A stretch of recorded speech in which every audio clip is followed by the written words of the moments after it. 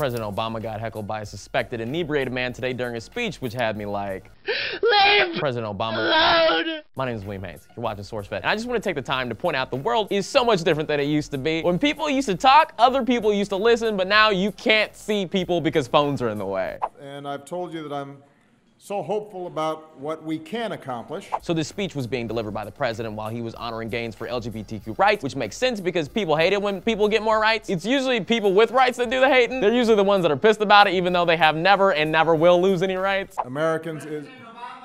Yeah, hold on a second. It's unclear what's specifically being said by the heckler in the clip. Let's just replay that a bit. Okay, you know what? Oh, I get it. I think that person said, I'm a huge idiot and don't respect the leaders in my country. This is one of the few times I've seen the president interact with hecklers to this extent, as he said. No.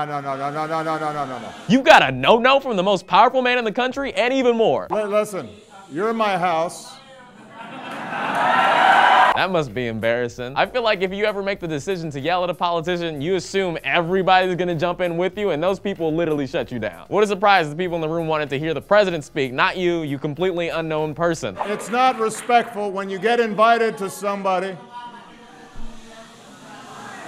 I like how the president stopped criticizing the man in order to hear what he had to say. Where's the Secret Service when you need them? You're not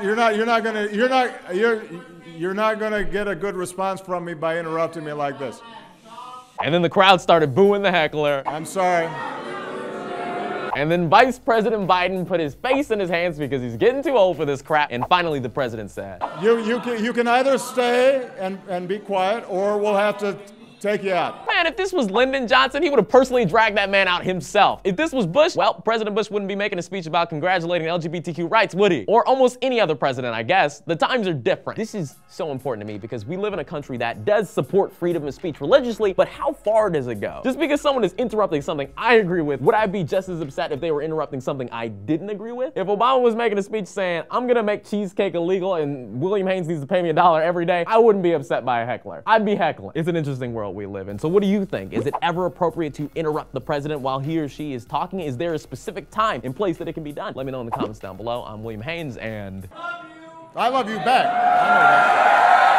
I know that. This is SourceFed.